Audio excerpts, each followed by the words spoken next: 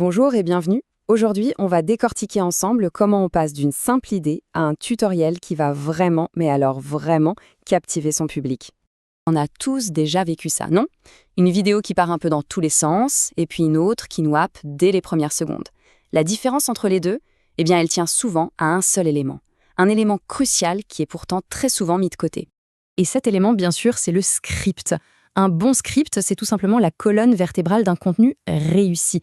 Alors c'est parti, on va construire ensemble le plan parfait pour écrire un script de tutoriel efficace, du tout premier mot jusqu'à la performance finale. Commençons par le commencement. Pourquoi scripter sa vidéo? Et pour ça, il faut qu'on s'attaque à une crainte assez répandue. Cette idée qu'un script rendrait le contenu, disons, un peu artificiel. Beaucoup de créateurs ont cette peur d'avoir l'air robotique, de simplement lire un texte. Mais en réalité, comme le montrent pas mal de discussions en ligne, l'alternative, c'est-à-dire ne pas avoir de script, est souvent bien pire. En fait, il faut voir le script comme une feuille de route. Sans lui, on prend le risque de s'éparpiller, d'oublier des points super importants et au final, de manquer de clarté. Alors qu'avec un script, tout change. Le message devient clair, net, concis. On gagne en confiance devant la caméra, on maîtrise le rythme et franchement, la production devient beaucoup plus efficace. Bon, maintenant qu'on est d'accord sur l'importance d'avoir un script, la question c'est, à quoi ça ressemble, un excellent script? Quelle est son anatomie? Eh bien, tout est une question de structure. Il y a un concept essentiel ici, la segmentation. Des recherches de l'université Vanderbilt le montrent très bien. Quand on découpe l'information en petits morceaux, le cerveau l'assimile beaucoup mieux. C'est un principe clé dans la conception de tutoriels et c'est pour ça qu'on va se baser sur une structure en 5 parties. Alors, regardons cette structure de plus près. Étape 1, l'accroche, pour capter l'attention tout de suite. Puis l'intro, pour poser le cadre, dire de quoi on va parler. Ensuite, le corps du script, là où on délivre toute la valeur. Après ça, le récapitulatif, pour être sûr que les points clés sont bien retenus. Et pour finir, l'appel à l'action, le fameux CTA. Chaque étape est cruciale, mais commençons par la plus critique, celle qui fait que le public reste ou s'en va, l'accroche. D'après un rapport de TikTok for Business, les contenus les plus performants y captent l'attention en 3 secondes. C'est tout. 3 petites secondes, c'est tout ce qu'on a pour faire la différence. Pour y arriver, heureusement, il y a des formules qui ont fait leurs preuves. Que ce soit une question un peu provocante, un fait surprenant, un problème que tout le monde connaît, ou même une opinion à contre-courant, le but de toutes ces approches, c'est de créer ce qu'on appelle un fossé de curiosité, une envie irrépressible de connaître la suite.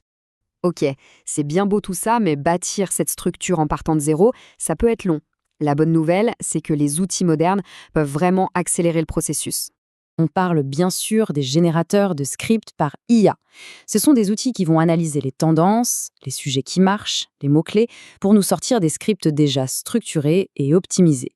Des plateformes comme Syllabi, par exemple, sont conçues exactement pour ça, pour fluidifier tout ce travail. Comment ça marche? D'abord, ce genre d'outil identifie ce que les gens recherchent vraiment dans un domaine précis. Fini de deviner à l'aveugle, on a des données concrètes. Ensuite, à partir de ces sujets, l'outil rédige un script complet, déjà structuré pour l'engagement sur des plateformes comme TikTok, YouTube ou les Reels. Et leur efficacité est bien réelle. On le voit bien avec ce témoignage d'utilisateur qui dit avoir gagné 4 heures en quelques semaines à peine, simplement grâce à une interface simple. C'est énorme. Bon, on a notre script. Il est précis, il est optimisé, c'est parfait. Mais ce n'est que la moitié du chemin. Maintenant, il faut passer de l'écriture à la performance. Comment est-ce qu'on transforme ce document en un moment convaincant? Pour éviter de sonner faux, le point crucial, c'est de comprendre que le script doit prendre vie. Ce n'est pas le produit final, c'est le plan de la performance. Et pour ça, il y a une chose absolument essentielle, la répétition. D'ailleurs, si on regarde comment ça se passe en production cinématographique, les répétitions sont découpées en étapes bien distinctes.